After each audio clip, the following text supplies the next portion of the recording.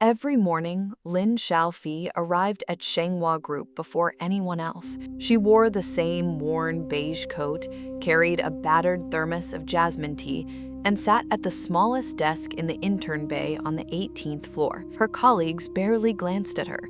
To them, she was invisible, a quiet, unremarkable girl who refilled the printer paper and sorted mail with her head down. Nobody ever asked where she came from. Nobody ever thought to. Her name, at least the one on her employee badge, was Lin Xiao, the fee she dropped long ago when she decided to disappear into ordinary life. The real Lin Xiaofei was heir to the Lin family trust, anonymous majority shareholder of Shenghua Group itself, and the reason this glass tower existed at all. But nobody here knew that. Not the HR manager who had almost rejected her application, not the department head who assigned her the photocopying, and certainly not Chen Hao. Chen Hao was everything Lin Xiaofei thought she wanted in those naive early days. He was handsome in that polished, calculated way. Sharp jaw, designer watch, the kind of smile that made junior employees feel chosen. He was a rising senior associate in the M&A department, ambitious and charming, and utterly convinced he was destined for greatness. When he had first noticed her 6 months ago, sitting alone in the rooftop garden eating a convenience store lunch, she had felt like the luckiest girl in the world. They had kept their relationship quiet. He said it was to protect her. Junior interns weren't supposed to date senior staff. She accepted that, grateful. She cooked him meals he praised with half attention, listened to his career ambitions for hours, and stayed silent when he dismissed her opinions in front of his colleagues with a polite laugh. She told herself it was love. Looking back, she would understand it was just convenience. It was a Tuesday. Gray, drizzling, the kind of Shanghai afternoon that smelled of wet concrete and regret. Lin Xiaofei had stayed late sorting departmental files when Chen Hao appeared at the door of the archive room. He didn't say hello. He didn't ask how she was. He stepped inside, closed the door quietly behind him, and looked at her like you look at something you're about to throw away. "I think we should end things," he said. No preamble, no apology warming the words. He straightened his cufflinks as he spoke, as if the conversation was a minor administrative task. "It's not working. We want different things." Lin Xiaofei stared at him. The fluorescent light buzzed overhead. Somewhere down the corridor, a printer hummed. She waited for the rest, for an explanation, for some sign that 6 months had meant something. "There's someone else," he said, as though it was a weather update. "Zhang Yuling, I'm sure you've heard of her. The Zhang family, Zhang Industries. She and I have known each other for years. Things have gotten serious." He paused, then added with practiced sympathy, "You're a sweet girl, Xiao, but you have to understand, we come from very different worlds. A man in my position needs someone who can open certain doors." He smiled gently, as if he was doing her a favor. She didn't cry. That surprised her more than anything. She had always assumed that if heartbreak ever came, it would come with tears. Instead, there was only a cold, clarifying stillness. She looked at Chen Hao, really looked at him, perhaps for the first time, and saw not the man she'd adored, but a very small person inside an expensive suit, terrified of being nobody. She said, "I understand."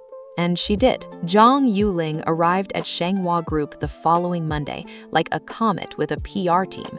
She was tall, luminously beautiful, wearing a cream Chanel suit, and carrying the confidence of a woman who had never once questioned her own value. She was there to negotiate a potential merger between Zhang Industries and Shenghua, or so everyone believed. The real story, which only 3 people in the world knew, was more complicated. Lin Xiaofei watched Zhang Yuling from behind a stack of quarterly reports. She watched Chen Hao materialize from across the floor, watched him straighten his tie, watched the particular performance of confidence men put on when they want to impress someone worth impressing. Zhang Yuling laughed at something he said, touching his arm lightly, the unconscious touch of a woman who had never had to work for anyone's attention. Lin Xiaofei felt something harden quietly in her chest. That evening, Lin Xiaofei walked past the empty boardroom on the 32nd floor, the executive floor, a place interns were never allowed. She paused at the glass wall and looked at the long obsidian table, the city sprawling silver below. She pressed one palm flat against the glass. This room, these decisions, this company, all of it traced back through shell corporations and trust structures and a grandmother's iron will to her. And yet, here she stood, invisible, in a beige coat. She took out her phone and dialed a number she never called from the office. It rang once. "Miss Lin." The voice on the other end was crisp, immediate. Zhao Mingji, her chief of staff, who managed the Lin family trust's operational interests from a discreet office in Pudong. "I need the quarterly board meeting moved up," she said quietly, "and I need the agenda to include a full review of all executive compensation structures." A pause. "Shall I prepare the usual documentation?" "Yes. And Zhao, make sure nobody knows who called this meeting." The merger discussions accelerated over the next 2 weeks. Zhang Industries was proposing to acquire a 40% stake in Shanghua, which the CEO and board welcomed with enormous enthusiasm. What they didn't know was that any such acquisition would require sign-off from the anonymous majority shareholder, a clause buried in the original founding documents that nobody had ever needed to invoke. Lin Xiaofei had read it many times. She knew exactly when she would use it. Meanwhile, Chen Hao had become insufferable with confidence. He walked the floors of Shanghua as if he already owned it, which he privately calculated he nearly might once he married into the Zhang family.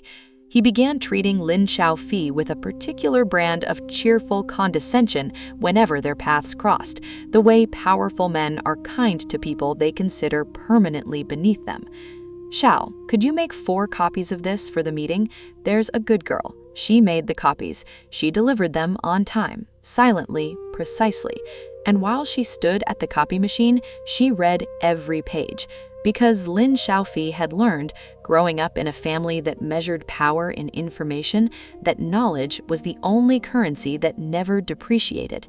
She memorized the projections, the acquisition structure, the incentive clauses written specifically to reward Chen Hao if the merger closed.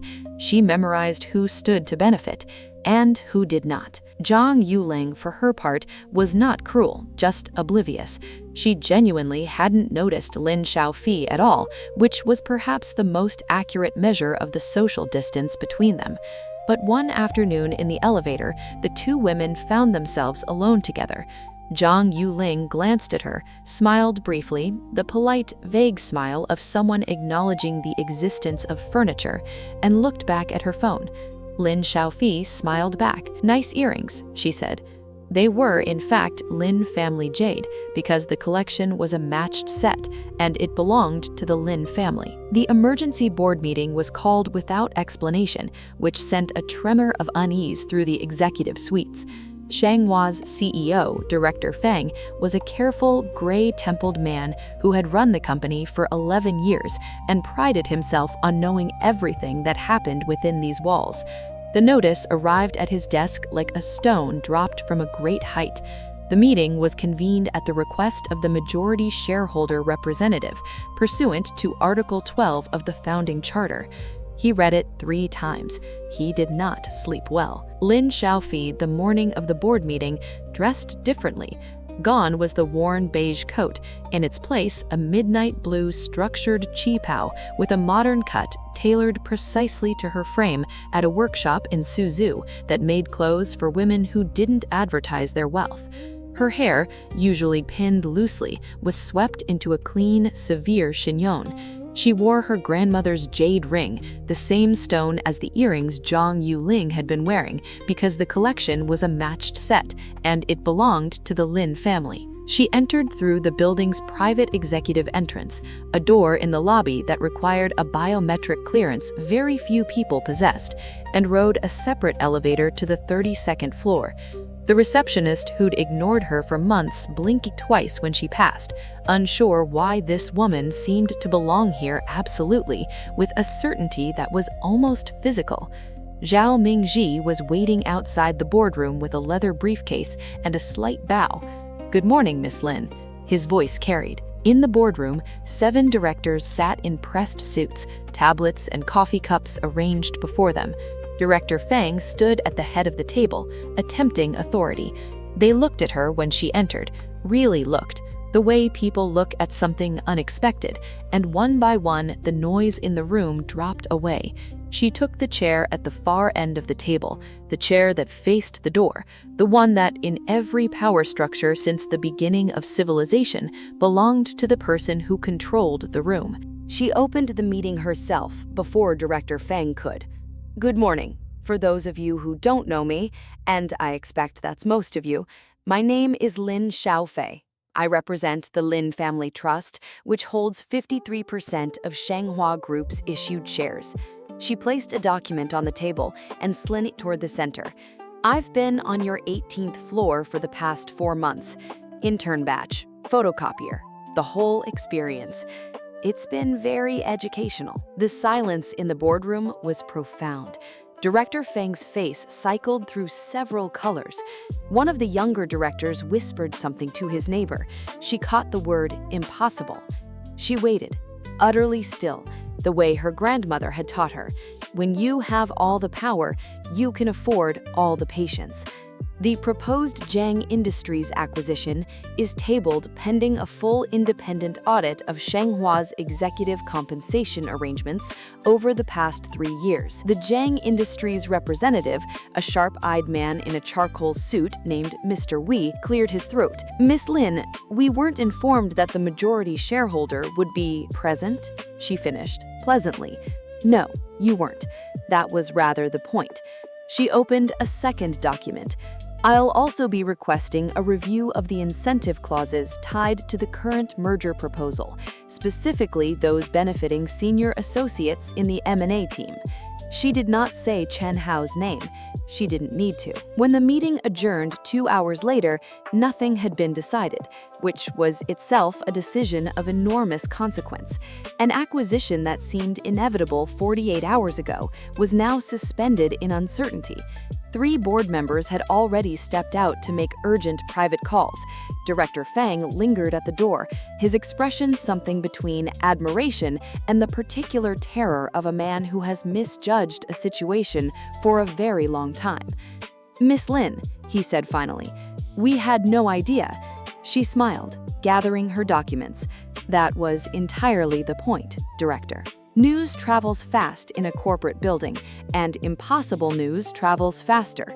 By 2 p.m. that afternoon, a version of the morning's events had reached every floor of Shanghua Group, each retelling slightly more dramatic than the last.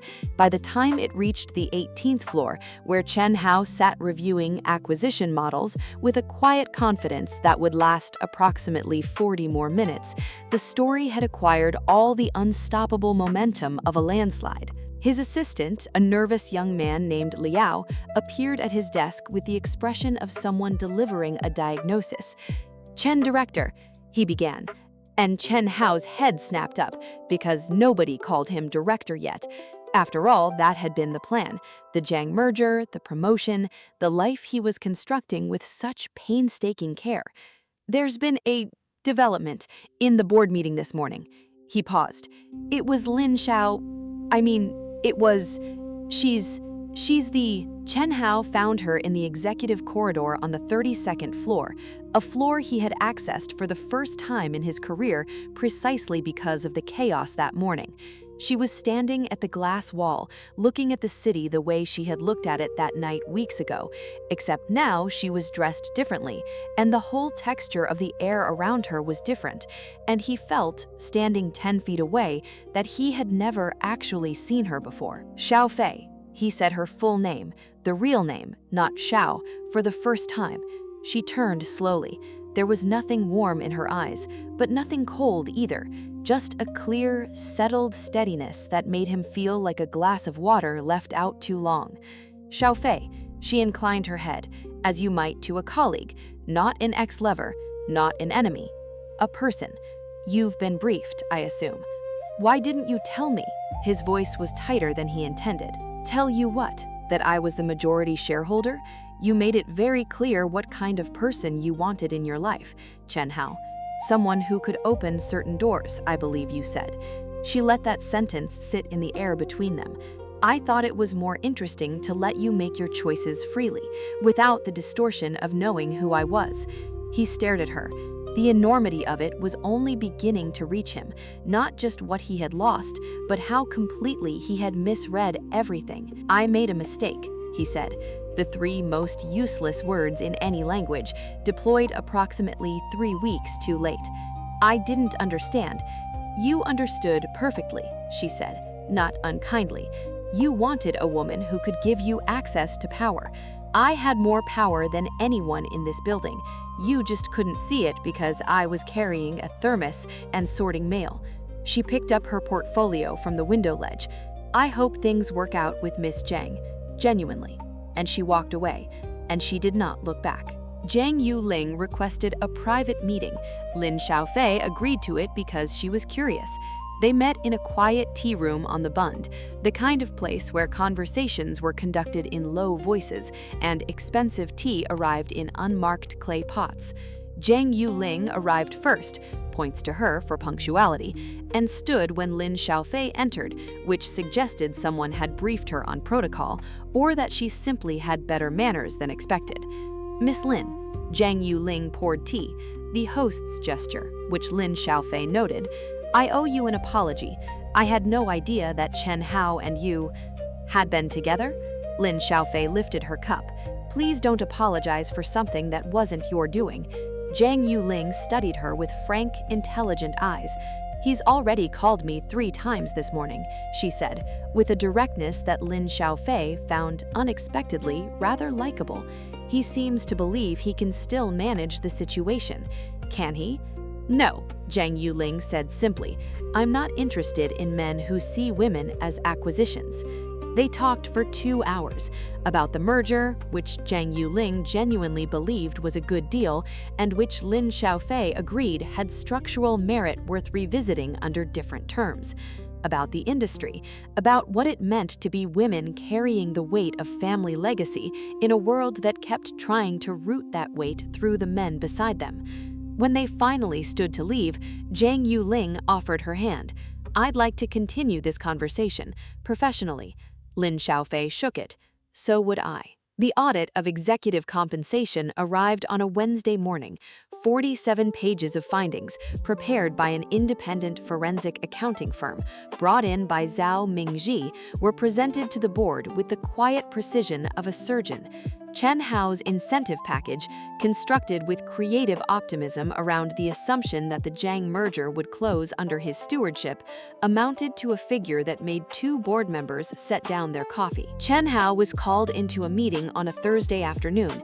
He dressed carefully, the charcoal suit, the watch, the small performance of a man who still believed appearance could substitute for position. HR Director Ma explained the findings with professional neutrality. The incentive package was being restructured. His role in the M&A team was under review. There was mention of a realignment of department priorities. He understood, with the specific clarity of a man whose carefully constructed future has just been quietly disassembled, exactly what was happening. He asked to see Miss Lin. He was told, politely, that Miss Lin's schedule was managed by her office in Pudong and that requests could be submitted in writing. He wrote the email 3 times before sending it. It was read, noted, and filed without reply. Not out of cruelty, Lin Xiaofei simply had nothing left to say to him, and she had learned from the women in her family that silence, used correctly, communicates more than any speech. Lin Xiaofei moved into the corner office on the 32nd floor on a Monday. It had panoramic views of the Huangpu River, a desk of pale ash wood, and shelves that were still empty. She would fill them slowly, deliberately, with things that meant something. On the first morning, she brought her grandmother's photograph in a simple frame, her old thermos of jasmine tea, and nothing else. Her assistant, Zhao Mingji, placed a fresh copy of the quarterly report on the desk.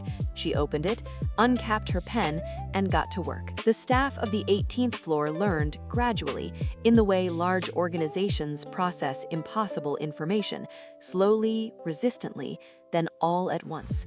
The girl who had sorted their mail was the majority shareholder.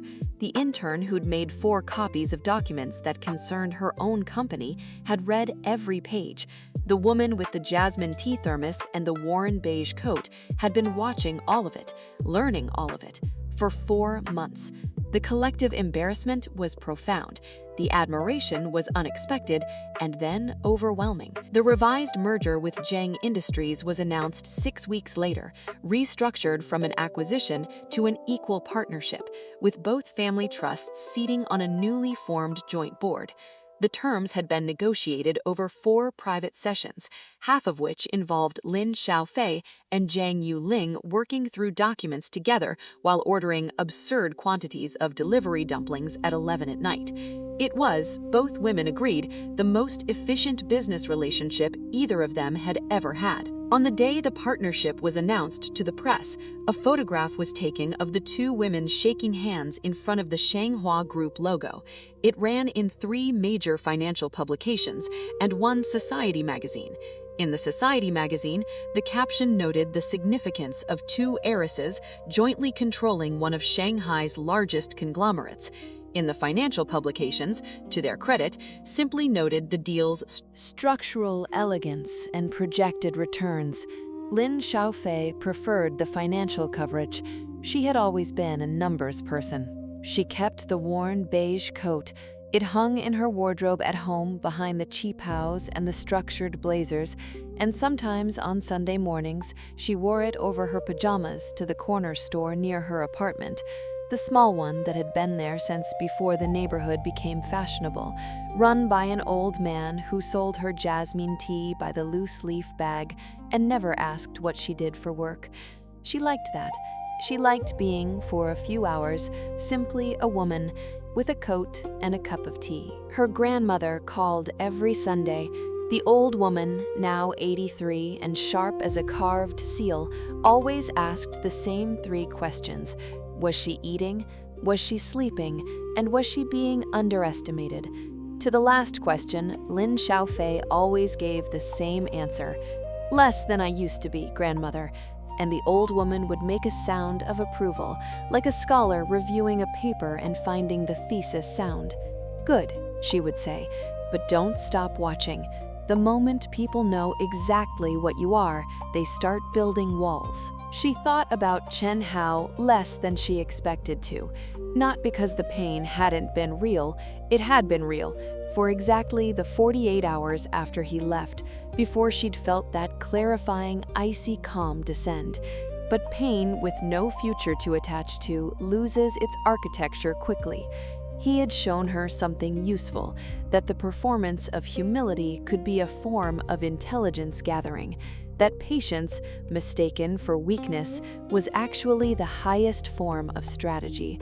She had learned this from her grandmother in theory. Chen Hao had given her the practical examination. She promoted 3 women from the 18th floor in her first quarter as executive director. All 3 had been passed over repeatedly for advancement, 1 for being too quiet, 1 for insufficiently ambitious, 1 for reasons the performance reviews were too careful to state plainly, but that anyone paying attention could read. She read them, she paid attention. All 3 were excellent. They became more excellent. She considered this one of the better decisions she made that year. She also implemented a new internship structure, proper mentorship, meaningful projects, a clear pathway from intern to associate that didn't depend on being noticed by the right senior employee at the right moment.